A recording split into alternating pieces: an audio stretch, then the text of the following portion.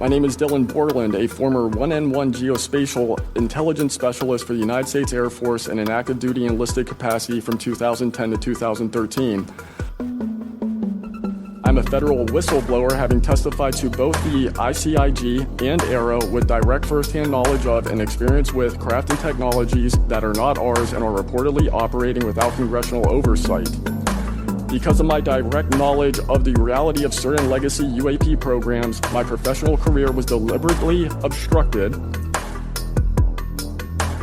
During the summer of 2012, my team was on standby for weather and I returned to my barracks on base, and at approximately 0130, I saw an approximately 100-foot equilateral triangle take off from near the NASA hangar on the base. And they counted between 35 and 40 infant and juvenile Bigfoot prints.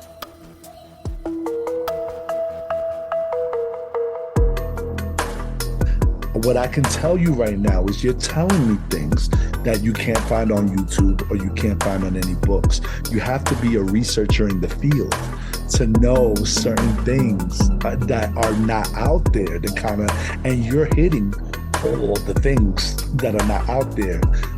I can tell you right now, you're not crazy. And she goes, yeah, you're legit a generational abductee.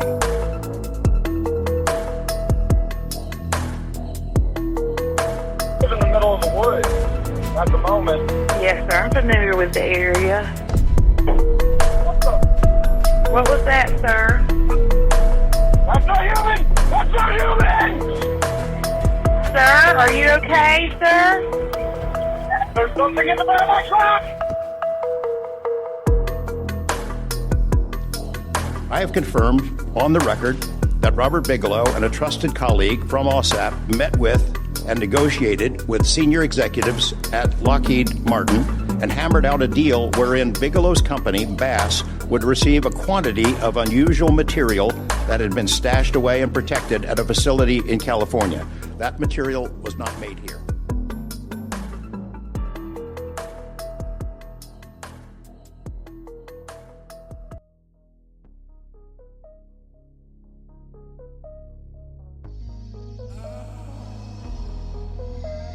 Welcome back to an episode of the Verbal Echo. Tonight, we have Asher Wright. Asher, welcome. Welcome. I like to be welcome, especially by amazing, incredible ladies like yourself. It's been a long time. I had you on my podcast when I was kind of doing another format long time ago, and we have become friends. I feel so honored. The honor is mine as well. Asher, good to meet you. Good to also meet your co-host. She looked like she's very comfortable in her space. Yeah, she got the spookiness. She got the spookiness going. All right, let's see what's up. Yeah, I think it's Sara came on a couple months ago. We started, we've been friends for a really long time, and we started talking about, hey, let's collaborate. And before that happened, about a year ago, I kept inviting people onto my podcast, which was supposed to be about stories and experiences that had no kind of directional path, no specific theme. It was kind of leaning toward health and wellness when I first started, but I kept inviting people on with experiences that were spooky. And finally, I decided, you know what? I really enjoyed talking about this. I'm just going to transition and shift and talk about things that I want to talk about. So here we are with Bigfoot and so, yeah, that's how we're here. You know what's often interesting? Sometimes, like if you're doing a story, sometimes the story tell you what the story wants to be told about. And you have a plan, but when you start talking, it's like, well, this is what the data is saying to me. It's saying this. We want this thing. So it's good that you found your thing, your little niche here. I like it. Yeah. I mean, you think you want to do one thing, and you're doing the thing, but then you change it to fit you as a person, and it's still kind of the thing, but it evolves and it grows. It's kind of like when you're writing a story and the story takes a life of its own, I think. Mm-hmm. Okay. Yeah. Well, for the folks that don't know me, I don't know if you got an introduction for me. You want me to talk about me? How you want All this right. to work? Let's do it. You introduce yourself and tell us everything that you have going on now. Ooh. All right, let's start. So, for the folks that don't know me, I'm currently hailing from Hartford, Connecticut, up here on the East Coast. It's cold up here, by the way. It's very chilly this time of the year. Hartford, Connecticut. This is the location that my family we all moved to after we left Jamaica back in 1998. We all moved here. Well, I already had a lot of family here already, but my main family, my what you call it, five brothers and three sisters, we kind of like moved here with my parents. So we all moved to Connecticut. And after that, I decided to leave here and go to join the military. So I joined the military, did 22 years, retired from it. I retired out in Colorado Springs, by the way, before we first started chatting out. And then I moved back here now to hang with the family and to work on what I love doing, which is storytelling, which is writing books, transformational memoir with people. That's what I do now. And it's been an incredible journey. Leaving the military, building a new identity. It's all been fun, and it's what I do right now. So podcasting is also another platform I worked on as well, and you know about that too. So Oh, yeah, yeah. it's my little short version of the story. And you had Pandora's Awareness podcast before, and it has kind of Mhm. faded off into the distance, rode off into the sunset, so that you could focus on some other things. So I'm here. I think. Tell us about this new thing that you're doing with writing and getting people to explain or write their memoirs. I think it would be the right. Yeah. So, as I'm sitting here at home where most of my family at, I used to hang out with my dad, right? And my dad is like a great storyteller. So I used to sit with him out back and he used to just talk about what he was like when he was my age or younger. It like parents like to tell you about their stuff because they like living through you. Like, oh, my son, let me talk about when I was his age. But I used to love my dad's story. I mean, I still do. I love my dad's stories. And I was thinking, I should find a way to like capture this, like capture his stuff. Like, I wish more people would do this. But I was just impressed with his story because he's great at telling it. I'm like, I gotta find a way to do this. So I started thinking about it. I'm like, I'm already writing books, but I should focus on more on this area because I love this stuff. Like this stuff lights me up. And I was like, I'm gonna do this. So I started working on it and I started asking other people, hey, I'm writing stuff. Do you want me to help you do your stuff? Do you need help with your stuff? And little by little, I started doing it and I just enjoy doing it and just make it my new profession now, which is just help people write transformational memoir. Because only the famous and rich and famous used to do it before because they had the resources. But based on the time we're in now, we can all do it if you want to leave some kind of evidence of our history. And that's what I'm doing right now. It's called, my program is called Memoirs to Millions. Memoirs to Millions is my program right now. Yeah. And you're trying to get 10,000 stories? Yes, my goal. Yes, I'm trying to help 10,000 people write a transformational memoir. That's my vision. That's my vision. I'm trying to help 10,000 people do that. So I'm on the quest every day, looking for people, seeking people that are ready to do it because it's fun. It's good to learn about you. Yeah, and it looks like you already have quite a few people on your that have joined with you in your group. So we've been working our way to it. Mm-hmm. Thank you for asking that, by the way. Mm-hmm. What's that? I said thank you for asking that, by the way. Yeah, absolutely. And you can tell us more about it at the end. But we're gonna put you in the hot seat right now. So since we are all about the spooky and the weird and the creepy here. So we'll start off with something easy. So we were wondering if you had anything exciting that happened to you last week, and then also something spooky or weird or strange. Real life. Not necessarily last week, anytime. Yeah, that's true. It could be. Okay. This is a good question. I'm gonna have to go down some rabbit hole with you guys. You guys okay with that? We love rabbit holes. We love rabbit holes. Please indulge. So, spookiness. I mean, I grew up in Jamaica, right? So in Jamaica, we always have different kind of stories. I mean, we got the voodoo side of stuff, which is like the scary stuff people don't really talk about, but they have their own meaning and stuff. I mean, growing up, my mom had this really, I call it, she got this read on things. Because my mom, she can see the other things that's there, right? She can see the other spiritual stuff that's there. My mom could see them. So I remember one time there was this one young girl. She was like I think one of my sister's classmates or something. But she was like, she was like losing her brain. And the story is that she was very smart. Her parents I think they was teachers. But for some reason, it's like the envy, jealousy thing that happened. But somebody put some kind of spell on her, so to speak, and she was insane, like just lost her mind. So my mom knew people that could help you like heal, get over that stuff, right? That thing, that spell. So she had took the girl to one of the person that they know how to like reverse that stuff. And she was getting better. But I remember one day, whatever that thing was that was possessing her showed up to the house. And we was all like, it was like moving thing, but not moving thing. But my mom could see. So we all was like, went to a mom room because it was like, my mom was doing her thing to get it out of the house, whatever, right? And remember, I can remember it right now. To this day, I can remember it. But it was, you could feel it, but I couldn't see it, but I could feel it like in my skin, right? But she could see it, and she know what was happening, and she was, getting away from the house. But the girl was getting better, but then her parents didn't fully believe in the thing that my mom understood. And then they kind of, took her away. But it was just one of the evidence of me knowing that stuff happened to people, and some of it is more spiritual than you think. Not sure if that ever happened to any one of you guys before, but yeah. I've seen like witnessed that kind of stuff. I thought it was interesting that you mentioned that she could see it. So did she see it like in her mind's eye, or did she like physically see things from the corner of her eye, or?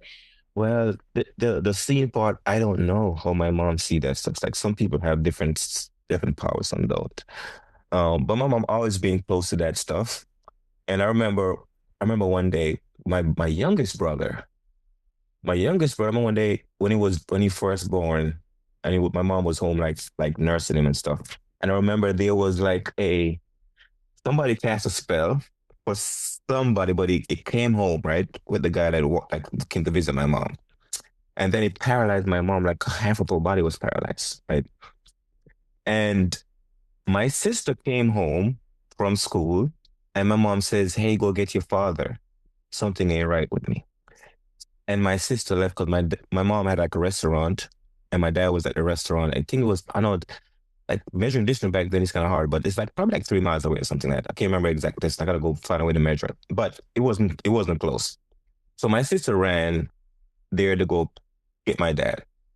My sister got to the restaurant and forget that she was there to get my dad. So now I came home from school, and then I saw my mom, and she was like, "Hey, I was saying to get my dad, but she's not here. It's been a while since she left. You go get your dad." So I ran all the way because my mom was not looking well. So I ran all the way, and as soon as I got there, my sister remembers. That's weird. And then she says, "Mom is sick. Go get her." So then me and my sister stayed at the shop. My dad went back. Or he closed up and went back. But it just tells me that things are there happening, but we don't really see how they're happening. But that's another incident that I saw that my mom was just like, and then she went and she went find people to heal her, and they realized what was happening to her. You call them ghosts or whatever, right? But came by and did something with my mom, and she was able to overcome that because in Jamaica they cast spell in that island. I say like in 80, you got the voodoo stuff. They do cast those spells. They're real. Some people don't believe in it, but we've seen evidence of it. I'm going to ask the most obvious question. Can you explain what voodoo a little, like the 101 of it? Well, in Jamaica, we call it, it's a different kind of term. What is But it? it's the same thing. We call it Hobia in Jamaica. It's a different kind, but it's the same as voodoo. But it's the African spirituality. But some people use that skill for good and for bad. There's like the two sides. You got the bad side and the good side. But it's the same thing. It's African spirituality.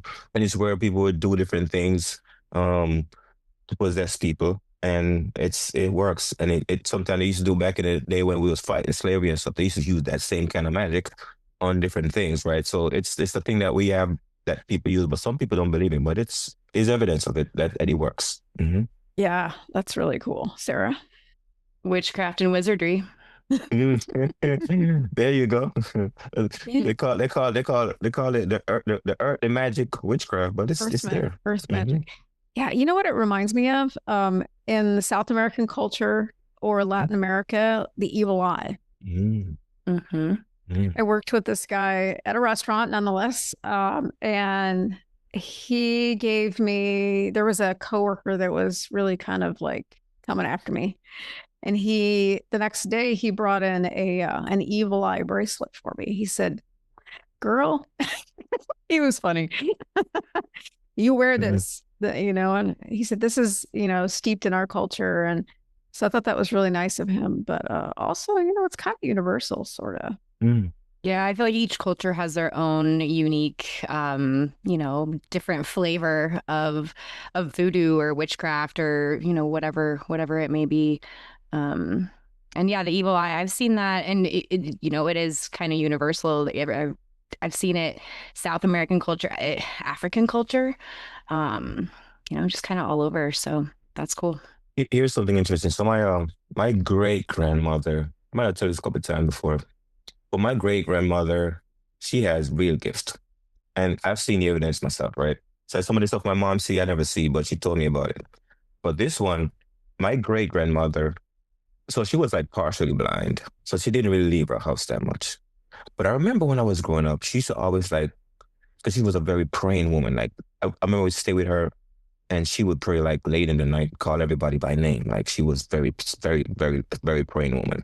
And she used to sometimes ask me, "Asher, find this person because I want to pray for them because you're sick." And reluctantly, sometimes I didn't really take her seriously. I was like, "No, how do you know this person's sick? You don't leave your place." But then later on, we found out that person died. And we're like, "How did you know this?" But she's connected. My great grandmother, she had the deeper connection because she was deep in her spirituality. And she used to know these people are sick because she was like, I get vision of them. And I just want to pray for them because they're sick. And I didn't understand it until later on. I'm like, man, there are people that have their stuff, like they're doing it and they're connected. And my great grandma was one of those people.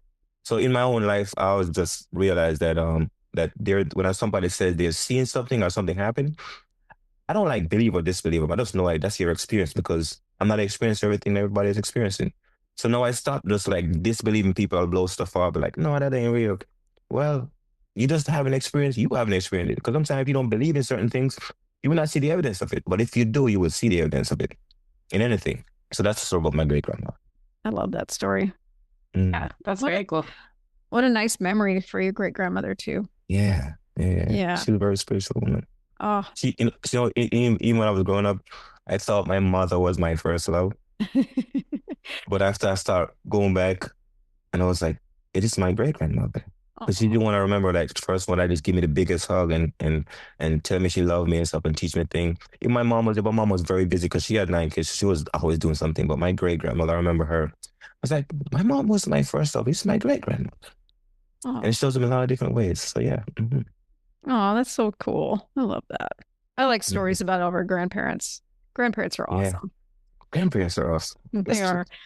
Because they're not your parents. So they're not always, they're never really barking around and telling you what to do. They're just there. Spreading the love, I love it. Yeah. Mm-hmm. Would you say that there was, when you were growing up, do you think there was a stigma around spiritualism, or do you think it was widely accepted in the culture, like compared to the United States? Because I think the United States is finally coming out of that stigma, like more and more people are talking about it and accepting of it, but it wasn't always like that. But then if you compare it to Jamaica, do you think it was a little different? So, I mean, in my island, there's a lot of different spiritual things. We got the religious stuff, but then we have the African stuff, and then we have the Rastafarian stuff. I mean, there's different levels of spirituality. But I think the thing that I noticed happening today is that like other cultures start to embrace things that people used to write off as darkness or ugliness or not real, but they're doing it now. But they're repackaging it. I'm like, this has always been around. Like people been doing this. It wasn't packaged the same way, but it was the same thing. Because it didn't fit the narrative one time. Because in our country, Jamaica, like we used to, the stuff that we used to fight slavery back then, it was deeply spiritual stuff, and that stuff, even though it might not look appealing, but it was useful because it kept people grounded and kept them courageous. But then you see people doing it, and I was like, hey, but it's always been around. It was just written differently. Yeah. I think that's really important, especially when you talk about that history. like having a people that can be connected through song or prayer or spiritualism when they were oppressed. You know, that is survival that many cultures didn't experience. And so that just shows the strength of your people. So I mean, it's all people, because you know, so everybody, when you are oppressed, you often get very spiritual. I don't know if you've noticed it. Even when you're struggling, the first thing you get is very spiritual. Some might call it religion, but oftentimes you get very spiritual because you start connecting to a deeper part of yourself because of the pressure that is put on you, because of like you don't have no other way out but to get creative and get spiritual. So that happens to a lot of people. Yeah. Yeah, it's happening more and more now. Yes. In current you notice it too. Yes, you notice it. You notice it. Everybody's like, yeah, because I think that's the only place to go after you have like mental break-in. Like when somebody's pressure mentally, the next thing over is from that, either you go crazy or you get spiritual. But oftentimes people realize the next thing over, the solution for this is spirituality. And I think the world is moving towards that now, because we're realizing like, yeah, a lot of oppression on people. Now you get very spiritual. When you get spiritual, you get clearer, if that happens to you. Yeah, I like that. That makes sense too. And I mean, I think there's a fine line between spiritualism and religion. You know, I think that with like our culture in America, it was pretty deeply ingrained in Christianity and Catholicism. And I think it's becoming a little bit more acceptable to say that you're not someone who's religious, you're just someone who's spiritual, because for so long it wasn't, spirituality wasn't seen as something that was as acceptable as being religious per se. So like, I think that when you're going through something and when you're really digging, you need to have something to hold on to, something that does give you that reason. And I think that that's where that spirituality comes in. You know, no matter what you believe in, you have to have something to believe in. And religion is simply organizational, by the way. But then spirituality is the other layer. So we normally organize our own spirituality and we call it religion, but it's just an organization. It's a body, and that's how I see it. So I don't put too much thing on the organization, but I understand the thing that runs the organization with spirituality. 100% agree. Religion has been control and power, and spiritualism is the thing that it should be, I think. It's unique to every person. Yeah. Yeah, especially unique to every person. I mean, it's like you and I, we can go out and find our spirituality out in the forest. You know, that's kind of what we do. And some other people may go out into the forest and be like, what am I doing here? Like, this isn't working for me. There are bugs. It's creepy. Where that's where we feel natural. That's our space. So, yep, that's Colorado girls. Yep. Nature girls. I love it. Yeah. Well, when I went to Jamaica, I toured Rose Hall and I brought my daughters with me, and I would say that they were less than pleased. At the time, they were like, I don't, Mom, it's going to be spooky and scary.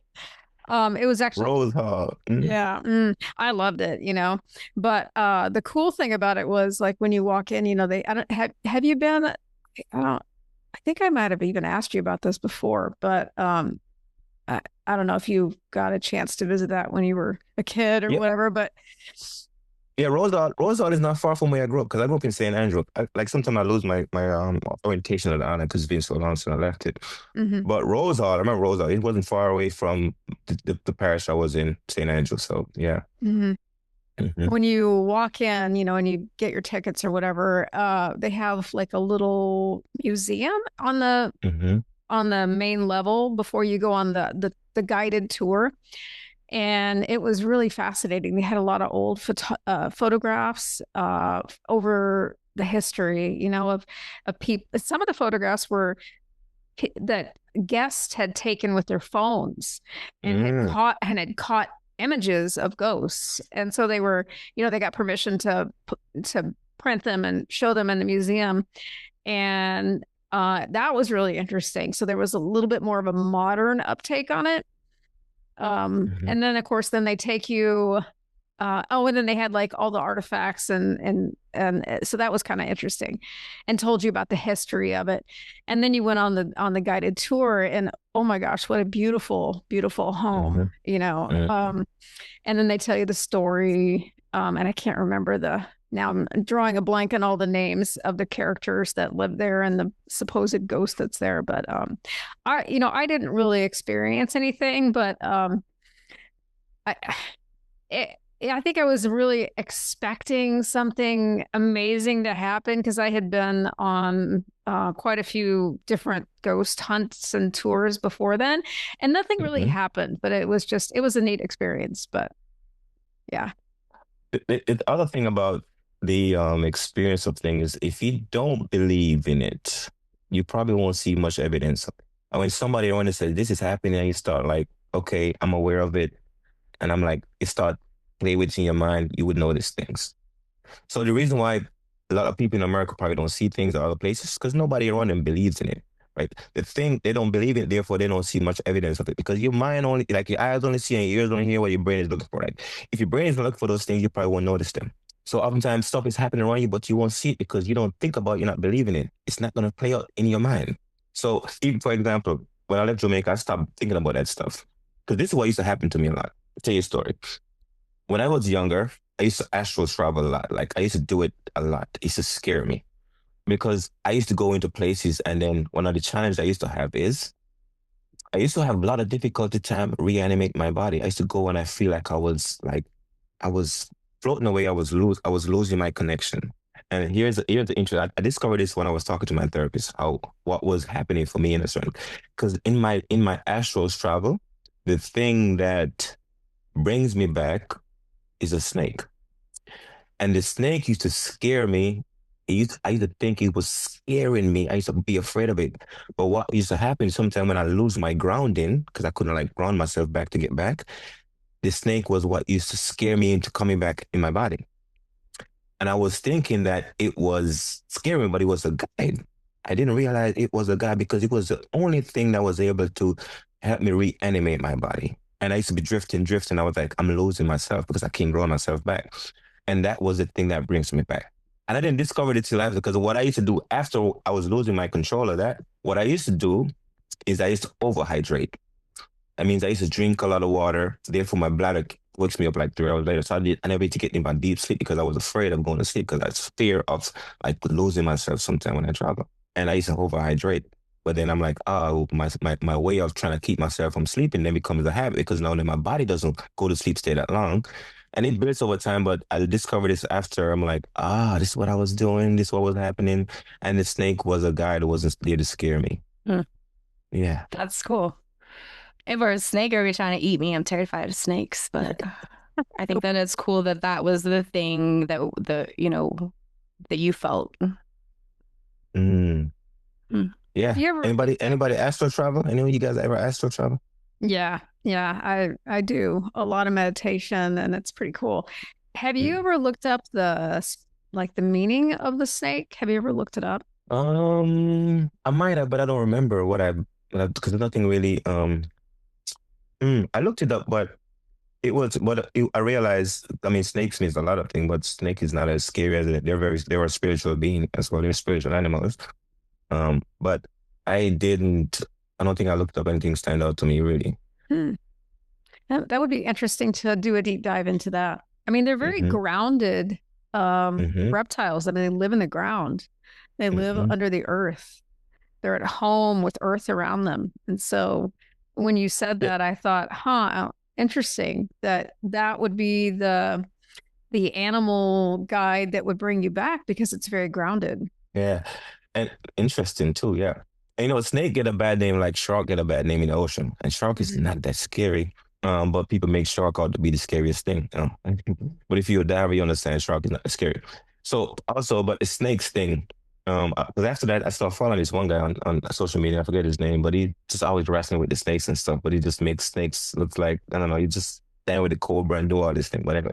But I used to be afraid, like very scared. The movie Snakes on a Plane, that was one of the scariest movies to me.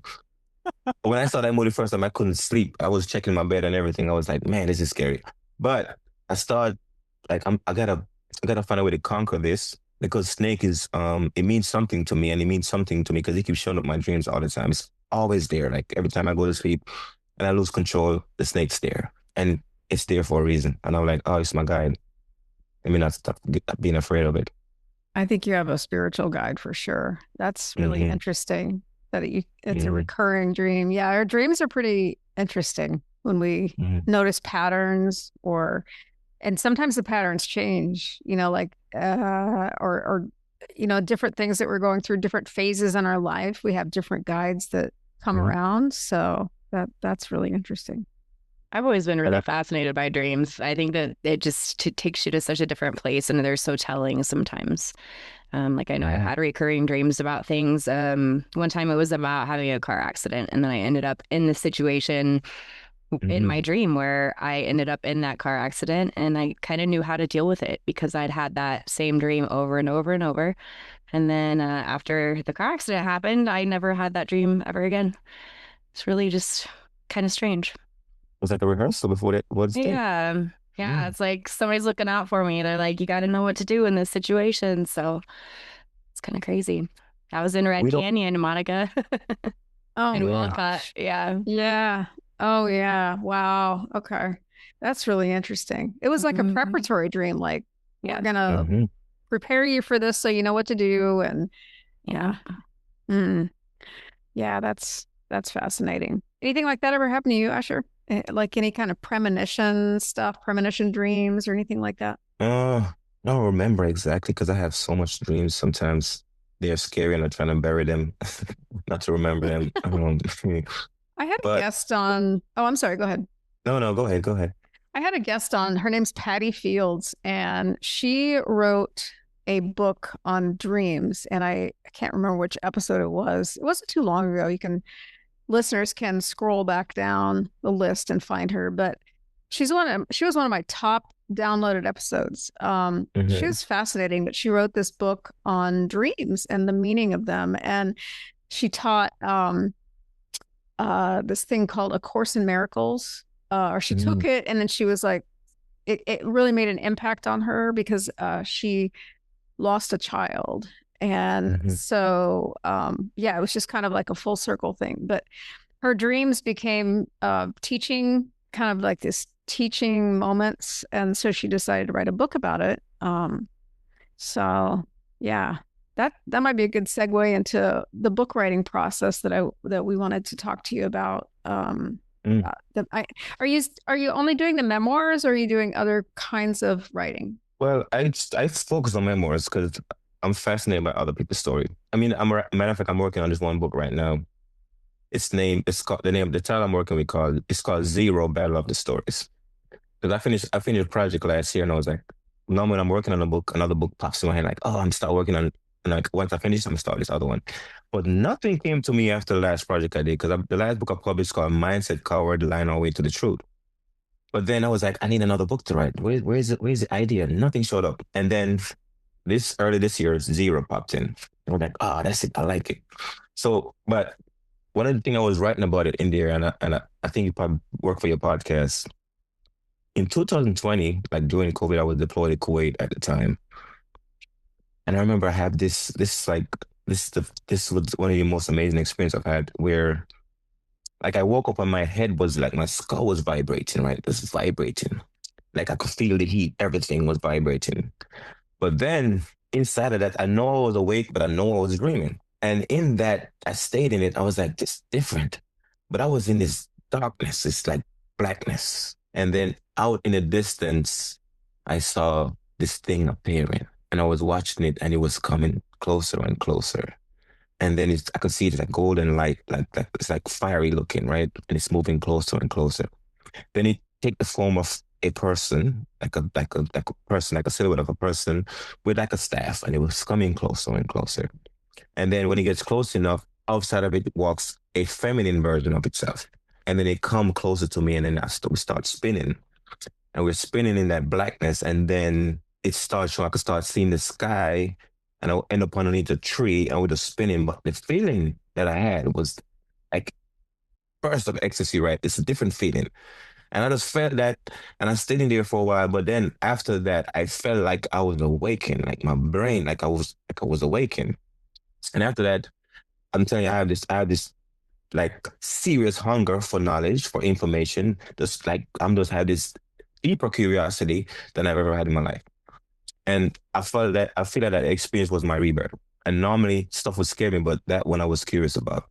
So anyway, so I'm writing about that a little bit too and sharing that experience. But that was one of the experience that shifted my entire look on life and it's had me focus on like deeply spiritual things. Because I think that's the phase I'm in my life where I gotta find it. Because I feel like most of my life I've been running from my spirituality because of those astral travel, I used to always afraid because in there I used to be very, very deeply connected. But because I was afraid, and then I used to during the military, I was having these nightmares and stuff. I'm like, I don't want to go to sleep no more. But now I'm like, I need to get back to that place because I had deeper connection. Because my mom sees things, but I don't see anything, but I feel things. And I feel like I lost that connection because I was overhydrating myself and not going to sleep like I used to. Yeah. Just using the other side of your brain, and balance is about using both sides, the creative side and the analytical side. And so maybe that's a really great story or experience, not really a story, but a real life experience. And you were in the middle of wartime. Yeah. And during 2020 too. Yeah. Yeah. I mean, Oh, yeah. see, during that time, so this is what I was doing for my schedule because I used to have these roommates. During COVID, it was just crazy because we was overpopulated on the base because he like locked on it. There was more people that he normally on the base, so all the rooms got really full. And then got a bunch of people in the room. I'm like, these guys are serious snorers. Like, if they go to bed before me, I cannot go to sleep. So my rhythm was this. I was like, as soon as work was out, I get off work, I go straight to bed. I eat my dinner really quick and I go straight to bed. Or I skip dinner and I go eat midnight chow or something after that. But I go straight to bed. I'm like, I'm going to sleep before these guys. And then I'll wake up like 12 o'clock or 1 o'clock in the morning. I would stay up. Then I would sit out. I would get on top of the bomb shelter thingy, right? I would get on top of there and I would sit on there. I'm just me under the stars in Kuwait. And Kuwait sky is just pretty dark. And it was like some of the best feeling I've had because I was just really meditating on this, really relaxing. And it was some of the best feeling just to sit out and just look up and just, at that time I was probably listening to books. I was just there just thinking about stuff, but it was really good feeling. And it was all quiet. Like everybody was sleeping. I'm like up, just me out there. And it was nice. Yeah, I bet the stars were really phenomenal. Not so much light pollution, huh? Yeah. Big skies. Yeah. Did you see any UAPs? Did you have any military experiences that you want to share? UAPs? No, I haven't. I never seen none of those stuff. No, I haven't. What do you think about all of the UAP disclosure that's going on with our military? I don't know. I don't really follow that deeply, so I'm not even sure how to respond to that question. Yeah. Yeah. Well, you never, doesn't hurt to ask, right? Blow us away with some amazing story. Oh yeah, there was a time that a 50-foot ship just floated over me. Darn it. No, Oh, well. I would have to make something up for you, but no, I ain't got to make it for you. No. That'd be a great story. That'd be a great book. Yeah. Yeah. It's awesome. And so what about now? You're in Connecticut, right? And you're pretty close to the eastern seaboard. Do you go outside at night and look at the sky, look at the stars? I mean, I used to, I remember in the summer, I used to walk till late. My sister would be like, where are you, brother? I'm like, I'm about to walk here. Because I like to walk in the dark and just walk and get some steps in. I used to walk. Sometimes I'm talking to somebody, I would just walk the neighborhood like 3 hours, just me walking around circling in different places. But I like to step out and walk. And even not even just night. I mean, when I went to Colorado, I used to love just hike off by myself into the woods. People are like, actually, you go by yourself? I'm like, yeah, I'm just gonna hike by myself. I like to be by myself and I'm thinking deep because of, something that I learned about myself even when I was younger is I'm a deep thinker, meaning that because of that, I wasn't good at test taking because test taking was more surface level, like multiple choice, give me anxiety. But I look at a question, I'm thinking about it too deeply, I run out of time, right? So one of the things that used to happen to me when I was younger is because I never really passed the test that easy because I spend too much time on the questions and then I run out of time. So oftentimes I feel like I'm a failure when it comes to taking tests because I just never really do good at test taking because I get trapped in the question. But because my mind works deeply, I spin things, I turn ideas, and I go deeply, a couple layers deep. And sometimes it gets me into trouble because I'm like thinking about too much about the thing versus like just give you that thing on the surface. Yeah. Yeah, I like that. Thanks for sharing that. Mm-hmm. Well, so tell us more about where we can find you. If our listeners are interested in joining your newsletter, because I think that's your entry level space, right? The newsletter. I did join, so I'm excited to start reading some of your newsletters that get published. Is it like on Fridays, I think? I have 2 newsletters that I do. It's interesting because I work on LinkedIn. I have one. I use LinkedIn newsletter version, so I use that one. So that one I published on one I call that one issue, right? So like issue number 1, I'm on issue number 7 now. I started this year. And then I have the other one that I published on my own newsletter, it's like M2M Weekly Intel, which is the brief, like the issue and the brief. Like military got weekly brief, right? I keep telling my military stuff, thinking. But it's where I kind of lay out the journey of like, if you want to write your book, it's some of the stuff you got to think about. You start writing your story, start working on your own memoir, your stuff. And I just share stuff that I'm learning from, like things I'm learning from, things that are working for me, I kind of share there. But then on LinkedIn, I just kind of write about, so right now I just started, matter of fact, the book, Battle of the Story Zero. What my plan is, what I started is I'm going to share each chapter every week on there. Like I'm writing publicly with it, meaning that I'm going to share as I'm going along what I'm writing. You can check it out. You can see what it's about, but it's definitely really good. So I'm writing public with that. So I'm going to share that over the next 30 something weeks, whatever, because it's like 30 something chapters in it. So I'm going to share one every week. But that's my entry point. That's me just sharing what I'm going through, what I'm writing, I'm thinking about with people. And then Memoirs to Millions is my community. So people want to check it out. If you're thinking about writing transformational memoir, then I have the program on there where I can just work with people through the process. Because it's like working on you. The best time to work on you is now, because now you have the data and you have this technology to help you look at you and work on yourself. Yeah, I like that you are using AI in a constructive way. And so I was playing around with Claude today because I saw it on one of your videos, and I really liked what it threw at me. I was asking it some pretty specific questions about my newsletter, and then it quickly like went into this learning mode because it gives you the option of, I can't remember what it was, but it was like, do you want learning mode? Do you want like, there were 2 other options. So I chose learning mode, and I'll have to play it around with it again with like some of the other mode. I think it was like creativity. I can't remember what it was, but it was pretty interesting. It was a different way to use AI. And I thought that was really unique, that you're building this community around not using AI to write your story, but using AI to generate thought processes to help you be a better writer. So I'm glad you mentioned that, because most people, I don't think people are using AI the right way. I've been deep into the AI world, by the way, so deep, because I've been doing story kind of breaking. I do a lot of writing, because Claude is the best writer out there. If you're looking, you got ChatGPT, you got Gemini, you got Claude, whatever. But Claude is the best writing tool out there, like better writing all of them. I tried them all, most of them, at least the big 5 or the big 6. But if you're writing, that thing is amazing. Like, I'm telling you, I finished that book that I'm talking about, Zero. I did the first draft, and I've done it already, and I did it in about 2 weeks, 37 chapters. And it's freaking amazing. I'm gonna go back do my next run over it again. My next second draft, I'm gonna go through all of it again and update and keep working.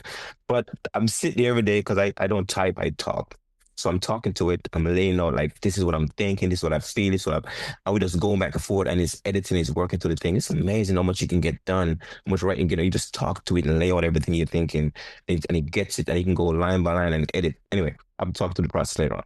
But Claude, anybody wants to write, I say use Claude. It's amazing. It's amazing. It has like a voice function, so you can use it while you're walking around vacuuming your floor or whatever. I mean, it has dictate. But what I use is another platform called Whisperflow. Oh. Yeah, and Whisperflow is built in most of the AI tools. It's still a dictate option on there. Click it, you can talk to it. But sometimes those things times load on you. But Whisperflow is even download the app itself on your phone or your computer.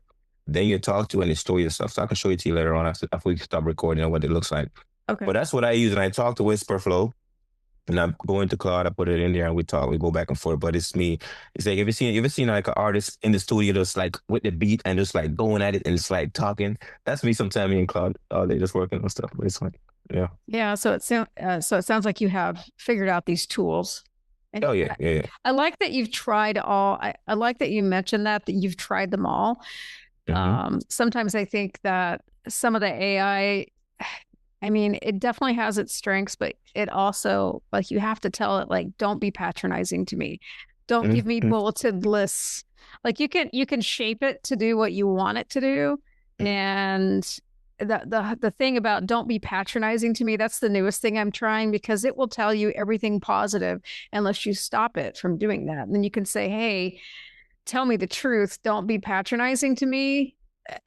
And then it changes the whole tone of it, and it tells you a little bit more factual based.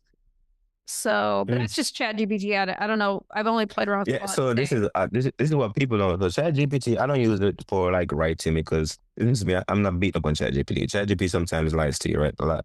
But I mean, not all of them tell the truth. I mean, Claude does some stuff. They hallucinate sometimes, right? But the one that I don't curse at, I curse at the less is Claude. Because Claude just gets it. Like Opus 4.5, 4.6 right now is amazing. It's just so smart. And ChatGPT is good, but it's just for like the social stuff. You just want to play around. But as far as deeply, like really good writing, it's not there like Claude is. Okay. Yeah. So that's good to know. Sara's a writer. I was curious on her take. Yeah, talk to me. Yeah, I don't use AI at all though. But I don't know. And I go so in and out of my writing. Like, I love to write, but sometimes I have a really hard time organizing my thoughts, putting everything together the way I want to put it together.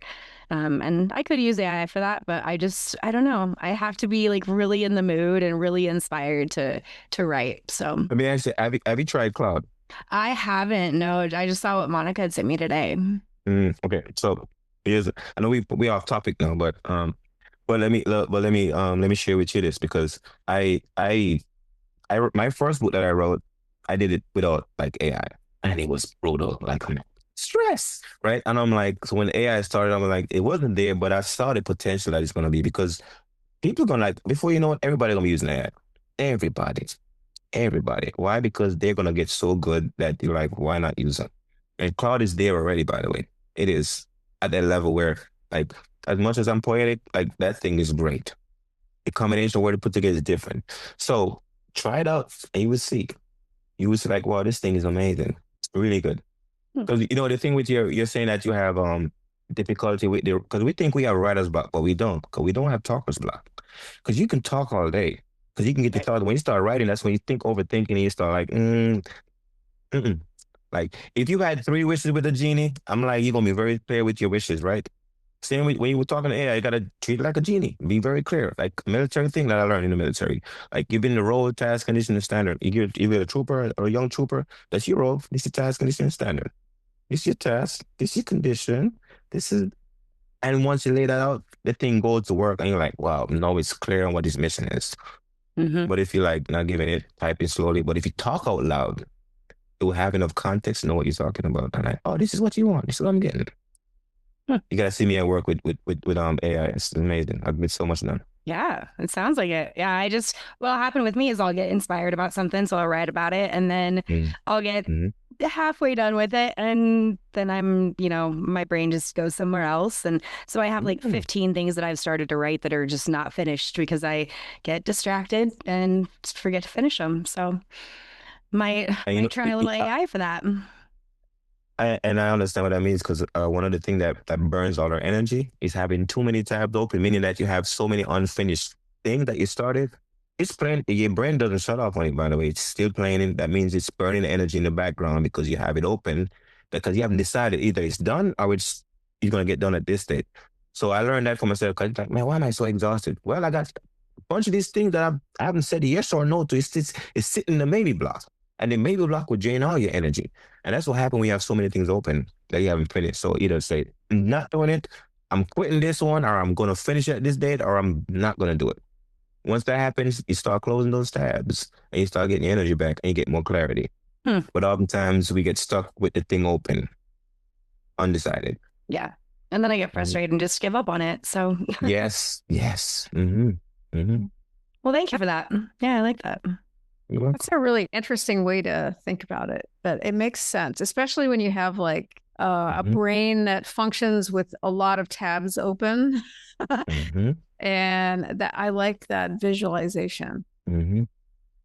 I think that's what a lot of people are exhausted in life because they haven't completed the thing. Like completion is, I'm going into deep stuff here, but the when they talk about the rest day, right? The 7th day of rest. What I actually mean is this: once you complete something, you can rest. If there's no completion, your brain is not gonna stop working in the background on this stuff. Like you're gonna like burning energy. Like your battery is draining. You're like, why my battery's draining? Because you haven't completed the last 10 things on your list. And your brain is like, we haven't completed this thing. So it's still open and it's running and it's draining energy. But you're like, I'm completing this thing and I'm closing the tab and it's done. I'm completing the thing, I'm closing the tab, or I'm like, I'm quitting it, I'm not doing it, it's better. Like, I'm not doing this thing anymore. Decision made, tab closed. Only 2 tabs open, more battery saved. Wow. That's really insightful. Yeah. Okay. I feel so seen. Mm. Oh, I love this. This is awesome. You just never know where this is going to go. I think this is You never know where it's gonna go. yeah, and it doesn't you mentioned, I'm getting off topic, but it's really not off topic because I think anyone who listens to this is going to it's going to find the person that needs to hear this, and it's going to mean something with a lot of value. And that was profound. Yeah. Yeah, very, very much so. And I can't wait to read this book that you're. No, listen, I tell you, it's gonna be one of my best books. And the reason is I couldn't stop writing the thing. I was talking to my lady. She was like, what are you doing? I'm like, I'm up still. Like, this thing is so good. Meaning that because a lot of the things that I think deeply about, I could never sit down and talk to somebody really about it because they just don't get it. Because I'm like, I've spent too much time digging too deep. I'm like, somebody say you travel 7 miles wide or 7 inch deep or 7 inch deep, 7 mile wide. I'm a 7 miles deep kind of person. Meaning that I sit with an idea for very long and I'm thinking about it a long time. So I'm going layers and layers deep. But talking to somebody about it, they wouldn't get it because I can't explain it to them the way I want to explain it to them. But with God, for example, I am dropping these things and it's like, bro, this is what I'm getting, what you're saying. I'm like, what? You get it? And we start working and we start getting language and I'm like, oh, this is what I'm saying. This is what, and we just laying things out. I'm telling you, like so much stuff, especially on the spiritual side of things, because there's not a lot of people that can sit and talk about spiritual stuff where they can get the depth of what I'm going. But I'm starting dropping these ideas with Claude and we're working them out. I'm like, this is something I've been always want to talk about, but I feel it's going to offend people or whatever. But now we can talk about it, but take the offensive language out and how can we say it differently? And then we go back and forth. I'm like, now it's starting to make like this is deliverable. I can market this. But that other idea I had originally, people might get offended. But now I'm working my way through the ideas and it's getting so good. I'm like, oh, this book's gonna be amazing. I can't wait to read it. I can't either. I mean, if you say it's good, it's got to be good. We are our own worst critics. So, yeah. Matter of fact, you're going to be able to start reading it publicly on LinkedIn because I'm sharing it on LinkedIn, a newsletter on LinkedIn. That's where I'm going to start sharing it. I leave the first draft. So when I go back over the second draft, you probably won't see the second draft because that's going to be the real book, but that's the first part of the idea. Yeah. Yeah. See, we can read the rough draft and it's 30, you said like 30 something chapters. It's going to be 37 chapters. 37. Because this is how I'm building it, right? So the idea is, if you count from 1 to 12, each number symbolically means something, right? So then what I'm doing is 360 degrees, right? Because I'm talking about 0 now, 360 degrees. And then I'm talking about number 1 to 12.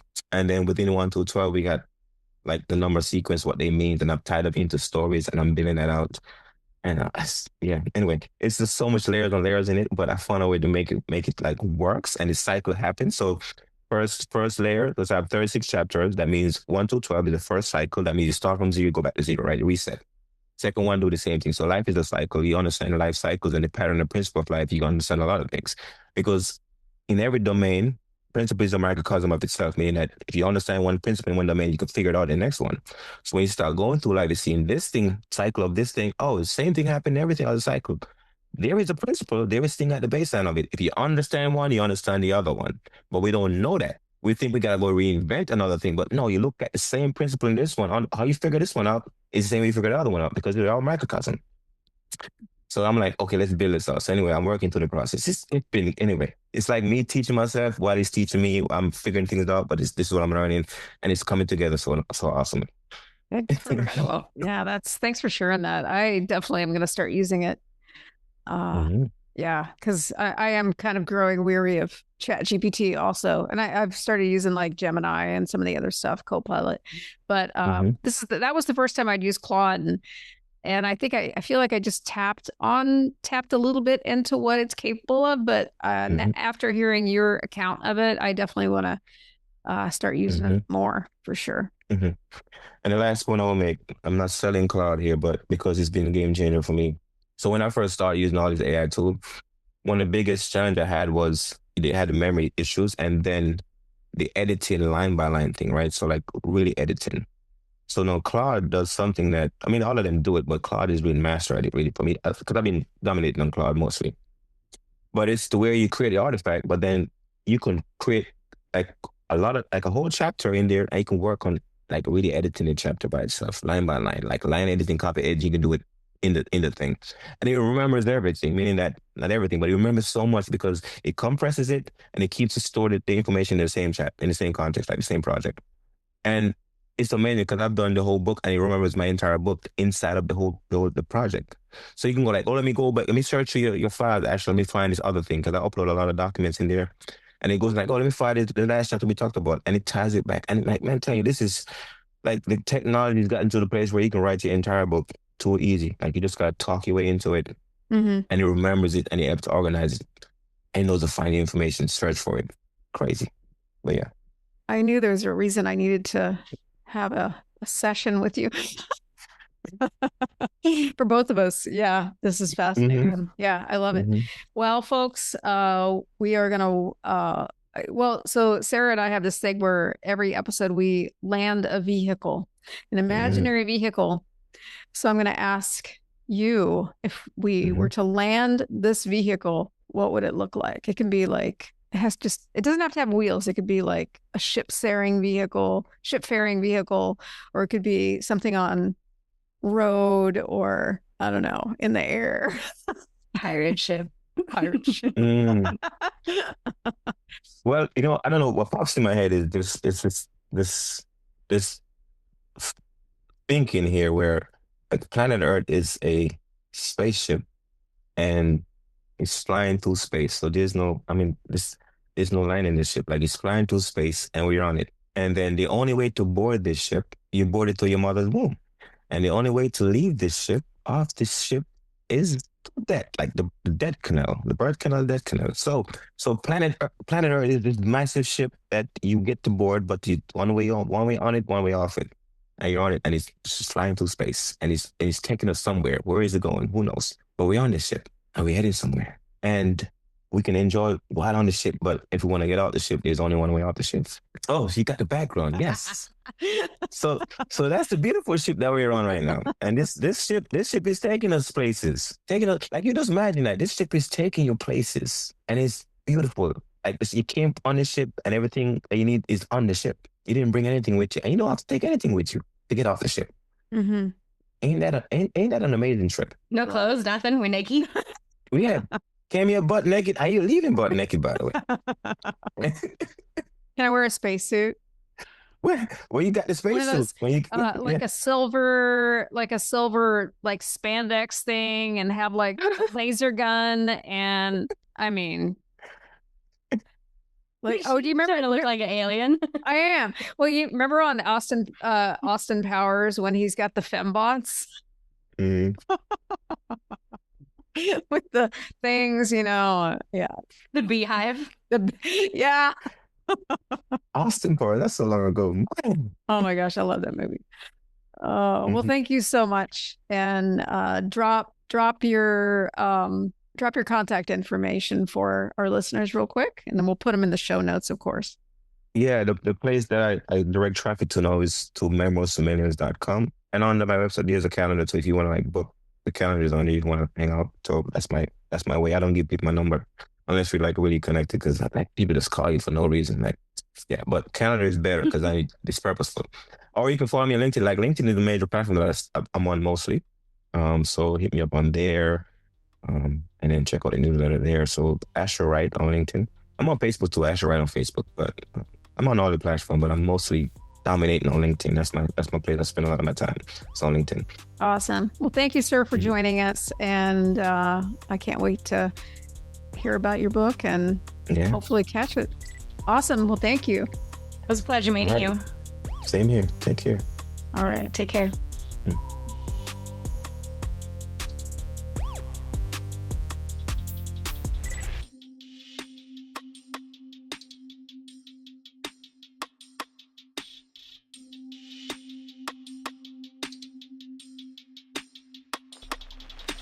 Hey, thanks for listening to another great episode. Be sure and like, share, or follow this podcast by leaving a 5-star review on Apple, Spotify, or wherever you listen.